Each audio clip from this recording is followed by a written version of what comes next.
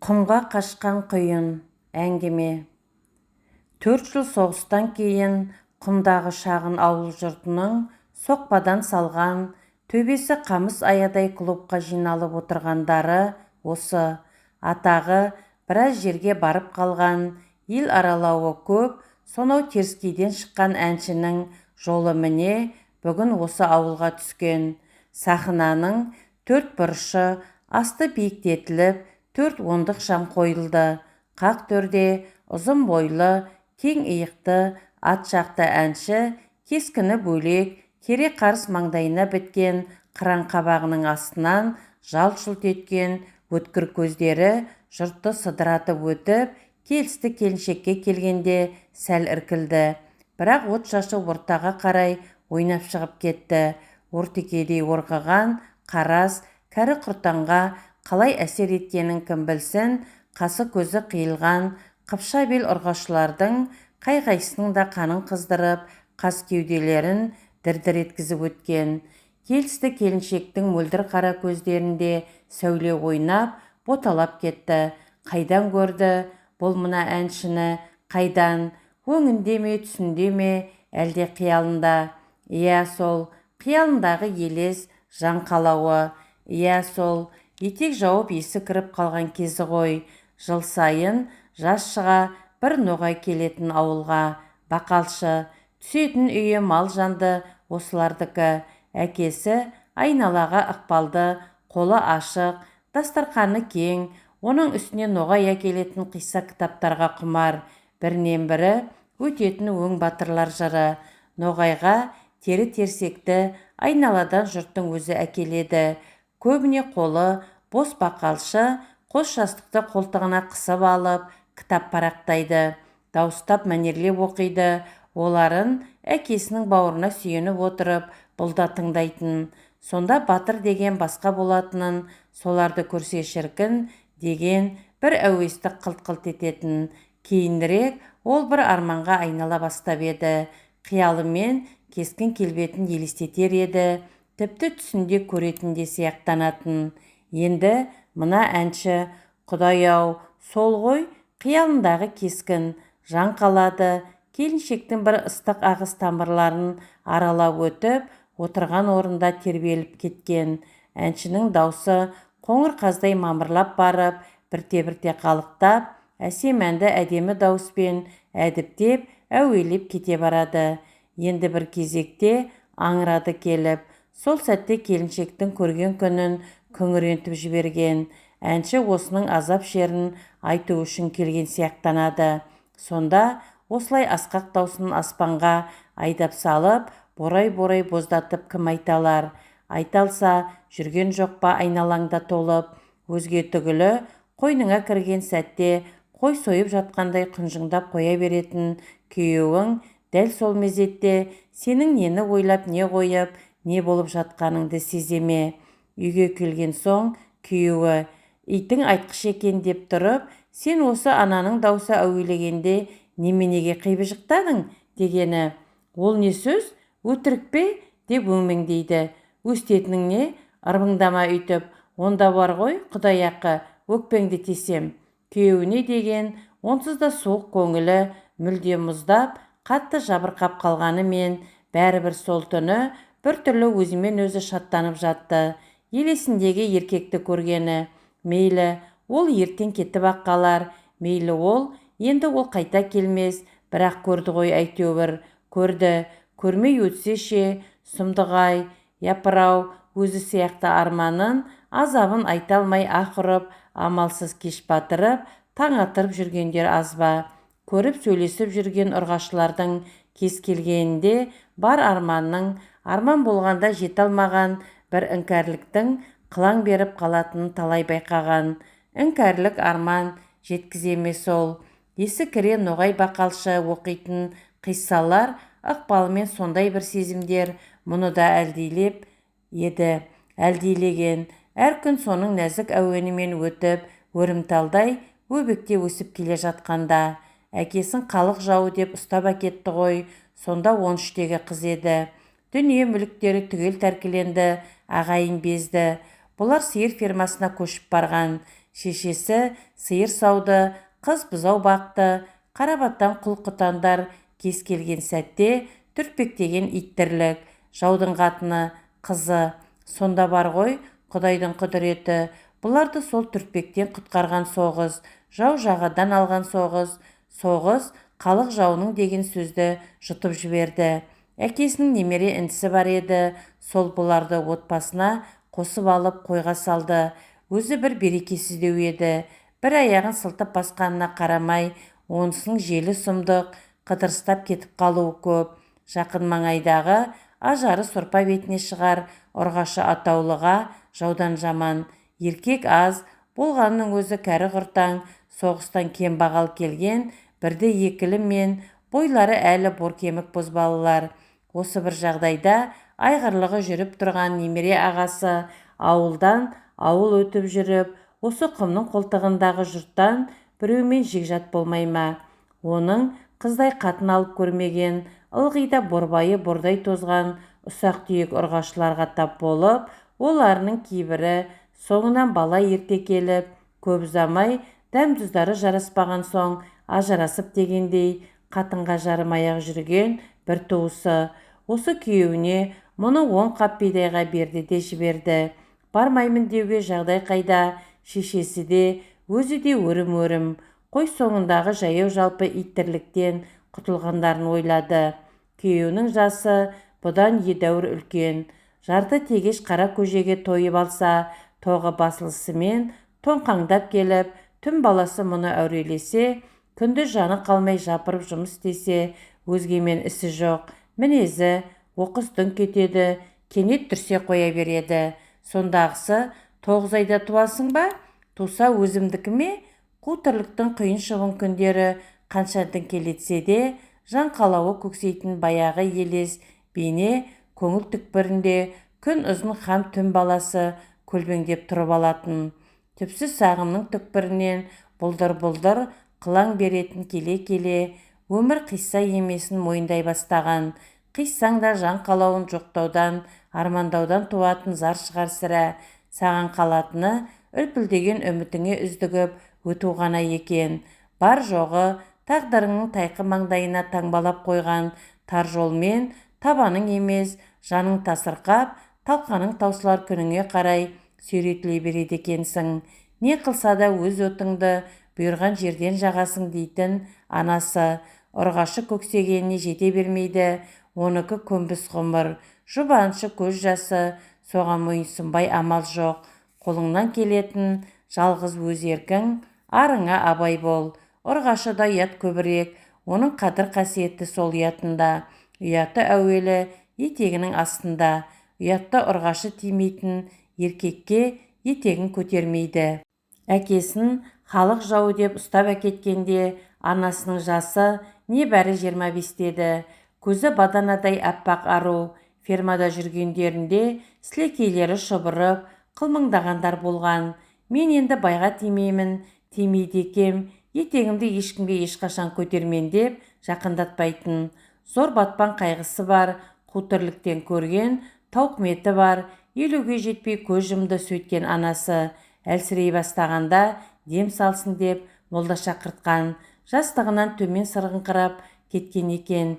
Күйеуі екеуі қолтығынан алып жоғары жатқызбақ болып әрекеттенгенде Құдайдың құдіреті, өлім халінде жатқан анасы оқыс кеудесін көтеріп алып, тізесіне қарай сырылып бара жатқан етегін қос қолымен бас салып, тобығына дейін түсіріп, етпеттеген күйі қор етіп жүріп кеткен. Бұл қатты таңғалып еді. Осы бір көрініс оған сұмдық әсер етті. Анасының аманатын есіне алды. Мен де өстермін деді. Ендігісіне етегін көтерген байы жанында талай жолақ барын салып, ұмытпақ болды ғой анау елесті. Ұмыта алмады, бірақ адам жан қалауын көргісі сүйгісі бергісі келетінін қашып құтыла алмай ма немене? Керек десеңіз бәлкім сол сөзсіз бір кезігер, тіпті күндердің күнінде оған мінгесіп те кетермін деген үмітпен қутыңдаған қуаныш қолтығынан демеп, қол аяғын жеңілдетіп, қойны қонышын ыстық леппен аялап та қоятын. Елесті қиялымен қойына алып жатып, жаны жай тауып, жабыққан жанарынан жарық сәулелер мөлт-мөлт төгілер еді.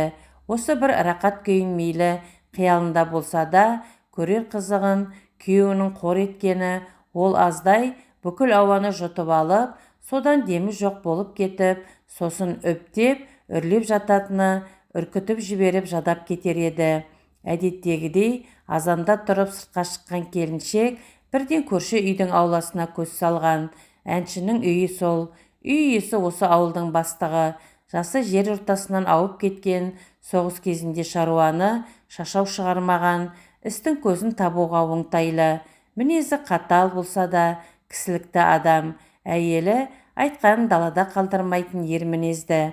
Бұған үнемі шіркін, сенің ажарың деп қоятыны бар. Шын айтады, қор болып жүргеніңді білем ғой дейтін жиі. Жабығып айтады, баяғы заман болса, еркек біткеннің тайлы таяғына дейін таласып, солқылдаған бір мырзаның оң жағында отырар едің-ау деп қамығады. Жылқы оқыранды бастықтың ауласының артындағы жалпақ төбенің қапталында шідерлеулі тұрған әншінің көк жорғасы екен.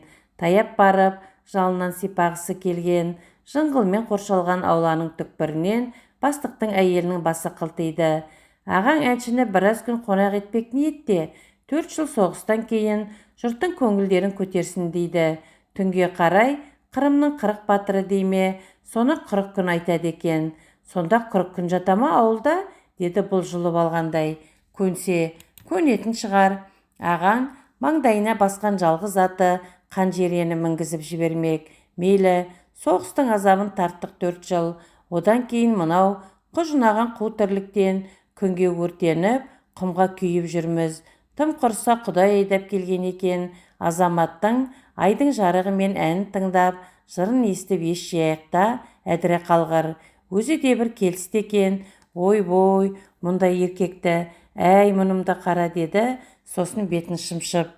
Келіншек әп-сәтте өзіне өзі ие бола алмай, аяғын әлтек-тәлтек басып кетті. Құдайдан не күтсе де, дәл осы бақытты күткен емес еді. Мейлі 10, 20, 30 күн болар, әйтеуір соның даусын естіп, сыртынан көріп отырса. Айналасы құм емес, әдемі, әсем әлемге айналды. Ұшы-қиыры жоқ гүлденген, құлпырған құла дүз. Көгілдір аспан көктен төмен түсіп, көктеме дүниені түгел көмкеріп келе жатқандай. Мұның өзі құртақандай құсқа айналыпты.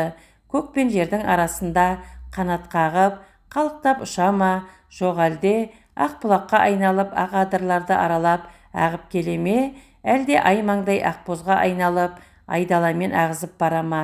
Санасы саңқылдап, жүрегі сықылықтаған, тамырлары лыпылдап, бойынан оттай ыстық леп бүлк-бүлк құйылып кете жаздады. Мұндайды бастан кешіп көрмеген келіншек әрі шошынып, әрі таңғалды. Кенет күйеуінің «Қатын-ай» деген даусынан селк етіп, есін жиған. Ауылдан қиырдағы тірлікке ерте келтіп, кеш келетін жұрт әншінің Қырымның 40 батыры жырын қанша күн тыңдады. Келіншек есептеген жоқ. Қайсы бірде бастықтың әйелі мұны оңашалап, келін қонақтың аманаты, айтпасам болмайды деді. О не деді? Қарғамай, сезіп ақ тұрсын ғой. Әнші екеуің бір-біріңе ұры қарастарыңды мен байқамады деймісің. Ой жеңеше, қоя тұр. Ол саған өзіңе асықтығын жеткізуді өтінді. Болар емес, кездессек дейді. Келіншек сасқалақтады. Қайтып деген ұзын кірпіктері дір-дір етіп. Кәдімгідей оңаша. Жеңеше, мен азаматтың аманатын айттым. Өзгесін өзің біл айналайын. Қайдан білмеймін, ұят деді. Келіншек қатты демігіп. Өстіді дейін онда. Мейліңіз, ал енді оңашаланып алып, ағыл-тегіл жыла. Құдай айдап келген жан қалауындағы елес бейненің шын адам, нағыз қуаныш, бақыт болып қол созым таяп келгенде бұлтақтағанына аңырады.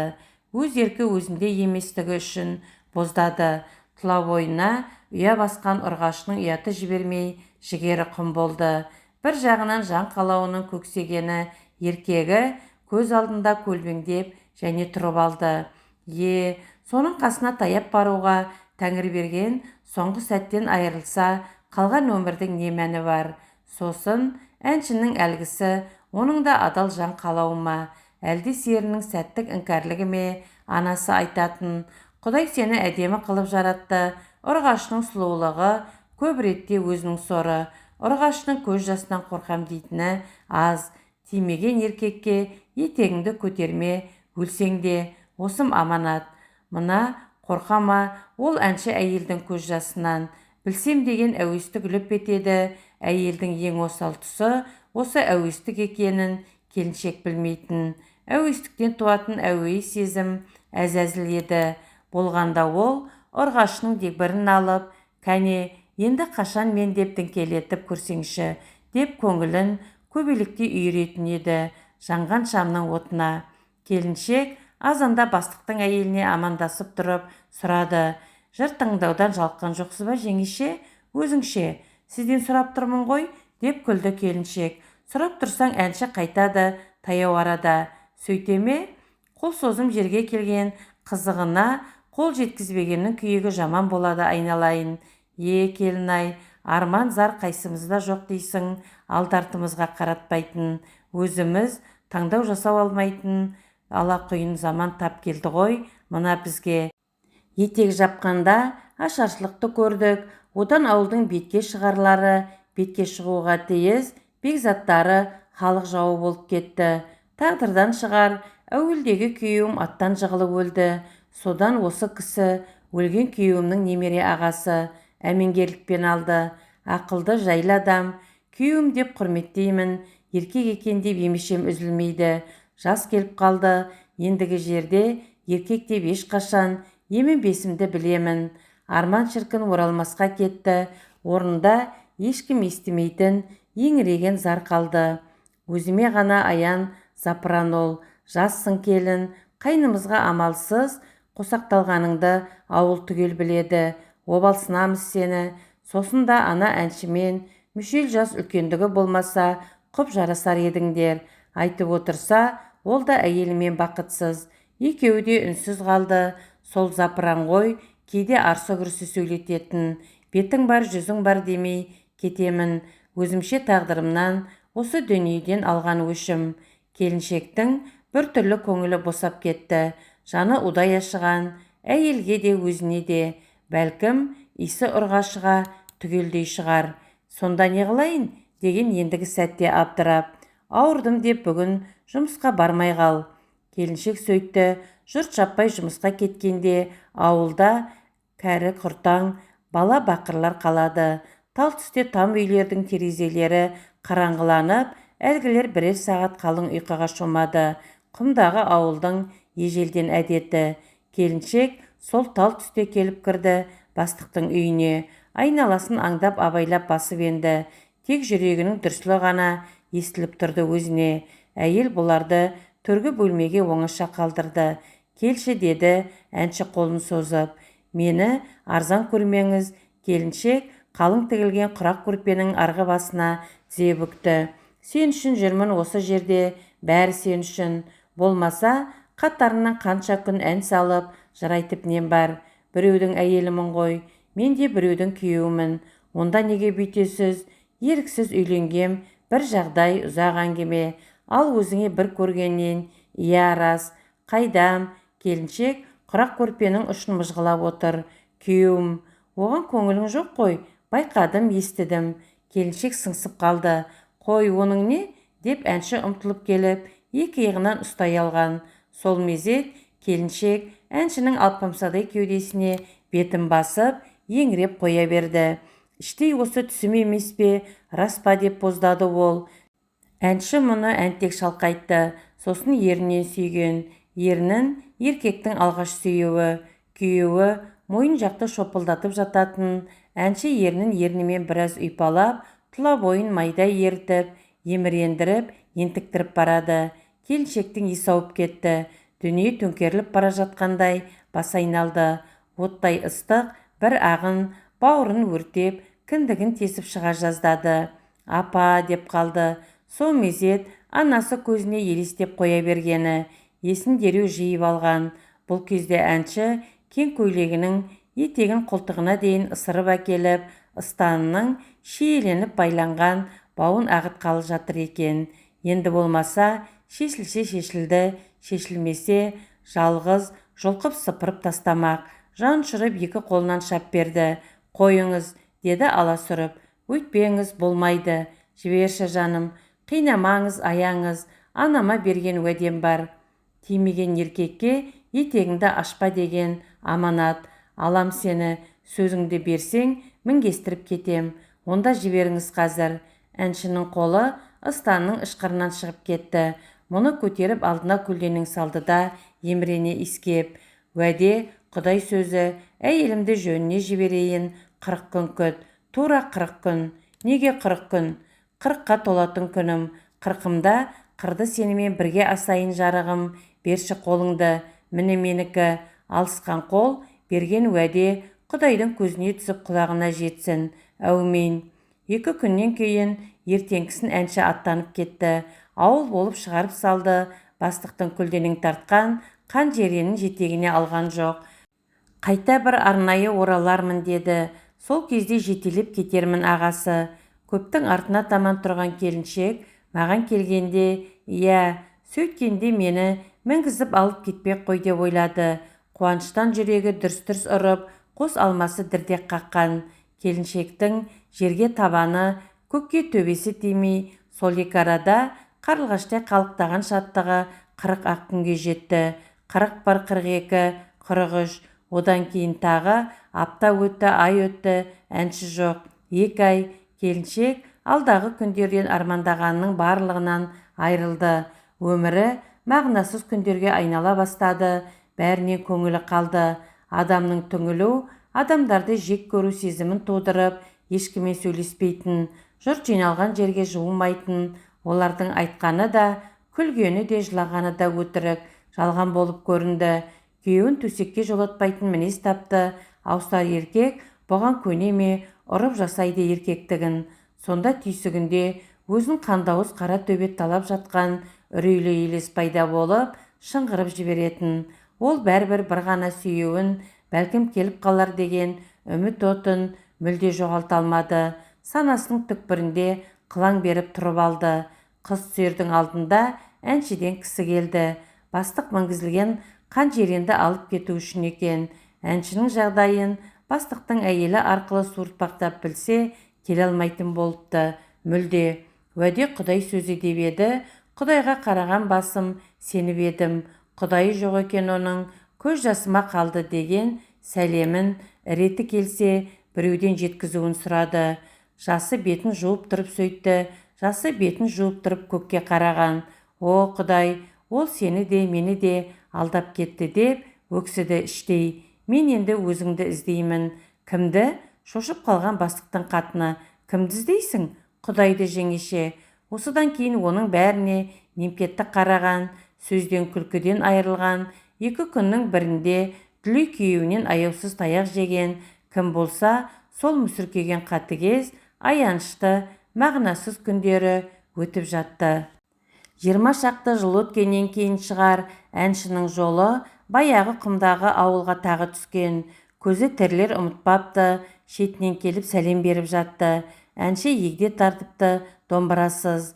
Арғы бергедегі малшылардың жаз жайлауы арқа жақтан бері мал айдағандардың ішінде кетіп барады екен. Жолай бастықтың марқұм болғанын естіп, көңіл айтып, құран бағыштау үшін ат басын бұрыпты. Келіншекті де көре кету ойында барын әрине ешкім қаперге алып жатпады. Алғандары да бар шығар, кім білсін.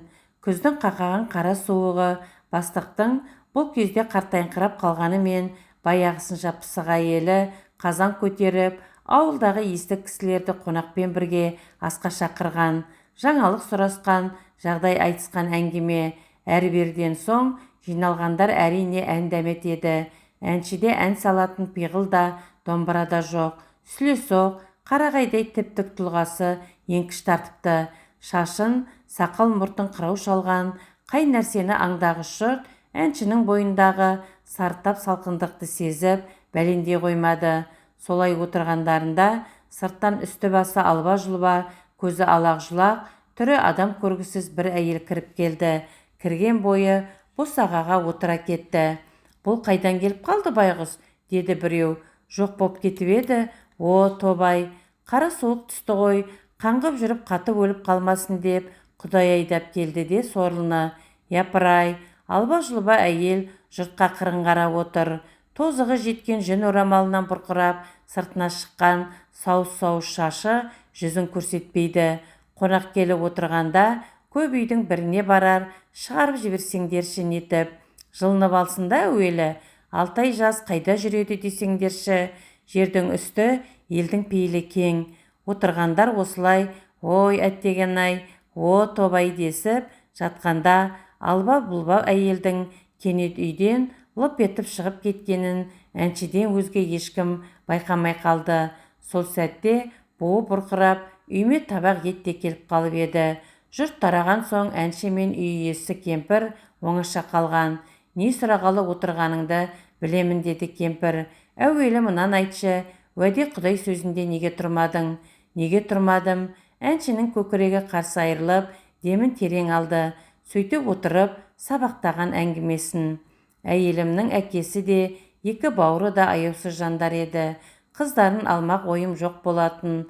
Өртеніп өскен пәле, мен ән салған жерден қалмайтын. Көзімен ішіп жеп отыратын еді. Ауылымыз алма бағын өсірді. Соның арасында көк шалғынға көк жорғаны еркіне жіберіп қойып, ыңылдап ән шығаратын әдетім бар тұғын. Сондай күндердің бірінде қалың ағаштың арасынан бұлғаңдап әлгінің шыға келгені. Жатсыңыз жақсы екен, дейді. Онда сен де жат, дедім қағынып. Қыз келіп құлай кетті. Құтырынып тұрған шағым шап бердім. Апатай деп шыбын жаны шығып кете жаздаған қыз дамбалын киіп жатып, енді мені аласың деп күліп отыр. Алмасаң білесің ғой көкем айтам, ол атады да тастайды. Әй сен өзің іздеп келмедің бе деймін. Өзі іздеп келгенді өстей сала ма? Көп сөзді қой ал мені, болмаса деп бұлаңдап кете барды. Қайтемін, көкжал әкесінен қорықтым. Үй болдық, бірақ еркек сорлы әйел сияқты сүймегенімен үйреніп кете алмайды. Ал осындағы келіншек ажары айрықша, асқан әдемілігінен емес, оның күллі тұла бойында бір тылсым құдірет байқалған маған. Сонда ол кеудемді қақ жарып кіріп, жүрегімді сипап отырғандай сұмдық күй кештім. Мен ешқашан сезіп білмеген, тіпті қиялымда жоқ ғажап рақат шаттыққа кенеле бастағам. Ең әуелдегі серлік перліктен қалған әдет, әйтеуір аунатып алу әуестігі өзімді өрттей қызартып, өлердей ұялтты. Әсіресе алғаш және соңғы рет жолыққандағы әрекеті мендегі еркектік, әумесерліктің әңкі тәңкісін шығарған. Біздің арамызда анау дейтіндей ештеңе болған жоқ. Бұл дүниеде жеңгей адамға ең қорқынышты адам, біреуінің ғана үрейі күллі дүниені теріс айналдырып, есін екеу, түсін төртеу қылып жіберуі көзді ашып жұмғанша. Қатынымның әкесі сол біреу болатын. Демі үзілгенше қызыл үкіметпен жалғыз соғысып өткен көкжал не істемеді? Атты өртеді, ұстатпай қойды. Біздің ауыл ар жағы Алатау болып келетін шын құздың етегінде. Көкжал қайын атам Алатаудың адам басалмайтын шатқалдарына кіріп кетіп, жым-жылас жоғалып, күтпеген жерден жетіп келіп, білгенін істейтін. Мұның қатынын тастап, құмдағы бір ауылдан ғашығын тауып алмақ ойын әуелі әйелі, одан ел, одан көкжал қайнатасы білді. Жақаураты өзі айтқан, одан қайнағасы да білген. Қайсы бір күн тапа-тал түсте ендігі сол дәл есігінің алдында келіп ат ойнатпай ма? Әй, атаңа нәлет, шық бері демей ме? Жағы үрпейіп шыққан бұған қарап тұрып, тақымындағы бесатарын жұлып алған күйі белдеуде тұрған көк жарғаны жалғыз атып жалпасынан түсіреді. Қызымды тастап кетсең, жорғаның жолын құшасың, ана ойнасың да иттеп, басынан асырып көрсеткізіп, көзден ғайып болған. Ол сөзін жерге тастамайтын қара жүрек еді, деді әнші. Мені ғана емес, келіншекті де атып кете салар еді, қорықтым. Уәде Құдай сөзі демеп бедің, Құдайдан қорқпадың ба? Адам Құдайдан да қорқынышты ғой жеңгей. Сен оны танымадың жаңа. Кімді айтасыз? Алба-жұлба әйелді. Не дедіңіз? Танымадың, ол баяғы сол ғой. Қойыңыз жеңгей. Сол, енді әне, арманын адыра қалдырған күйігің бар. Байдың тепкісі және былай, әй көрді-ау сорлы, азды тозды, әуелде ара-тұра шалықтады, бертінде беталды жүріп кететіні қосылды. Ар жағымыз қойнау-қойнауында қаншалықты ел-жұрттың барын кім білсін, құла дөз құм ғой, соған сіңіп кете ме, әйтеуір кетеді, қара суық түсе, қара көрсетеді кенеттен. О жаратқан, әншінің әлпеті әлем тапырақ болып кетті. Сенің адыра қалған уәдеңнің күйігі шығар. Күйеуінен жыпылдаған ауыздарының сыпсың сөздері құлағына жеткен сәттен күн сайын көрген тепкісі бар, бәрі қосылды. Азды тозды, әуелде ара-тұра шалықтады, соңыра беті ауған жаққа жүріп кететінді шығарды. Осыдан былай қараған жер ұшы-қиырсыз құмдала, соған қарай қара суық түскенде пайда болып қалады. Обалына қалған екем ғой, ол имандай сенген, уәде Құдай сөзінде тұра алмай. Содан да болар, өзімнің де сорымның қайнап қалғаны. Қан жеренді алып келуге жіберген адамнан өзіңіз айтып жіберген оның сәлемін естіген сәтте қатты қылғынып кетіп, даусымнан айырылып қалдым ғой жеңеше. Қайта қалпына келмеді, құр сүлдем қалды. Кеттім тентіп бет алды. Күндерім қойшы, қолаңның арасында мал қайырсы өтіп жатыр. Өзегім толы өкініш, өксік. Басын көтеріп, кемпірге жәудіреді. Жеңгей, онымен қалай жолықтырасыз мені? Есіне түсер бәлкім. Кешірім өтінсем, өзіне жетпесе де Құдайдың құлағына шалынар. Ертесіне кемпір әйелді ертіп келген. Ол бұған көз салған жоқ, босағада қырын отырды. Кешіре гөр мені деді, әншінің даусы біртүрлі еңіреп шығып. Кеш айналайын. Анау жалт қарады да лып етіп сыртқа шықты. Әнші де дереу соңынан ілескен. Алба-жұлба сұлаба, құла дүзде бетке алып безіп барады екен. Бұл ентелеп барып атына мінді. Ұршықтай үйірілген сұлаба кенет биші құйынға айналып, бұратылып жылыстай берді. Бұл не? Әйел қайда? Құйын қалай? Адам өйте алама? Тұра шапса, құйын қатты үйіріліп, жүйткей жөнеледі. Тізгін тартса, ол да бір орында ирелеңдеп тоқтайды. Осылай қанша уақыт өтті? Бір күн бе, 2 күн бе, аптама? Әнші еш нәрсе аңдай алмады. Ол тіпті ойлаудан да қалған сезбеді. Айналып, ауылға келіп тұрғанын да білмеді. Көрген жұрттың имандары тас төбелерінен шықты. Әншінің сақал шашы бір талы қалмай аппақ қудай болып ағарып, жүзі түгел күйіп кетіпті. Құдай кешірмеді деп міңгірлеген, бірақ онысын өзі де естімеді. Қанша жыл өтті, ақыл-есі шатысқан әйел соқ кеткеннен ауылға қайта оралмаған. Бірақ анда-санда ауылды бір құйын айналып өтеді деседі. Одан әйел затының боздаған даусы еміс-еміс естіліп тұратын секілденеді екен. О несі, қалай?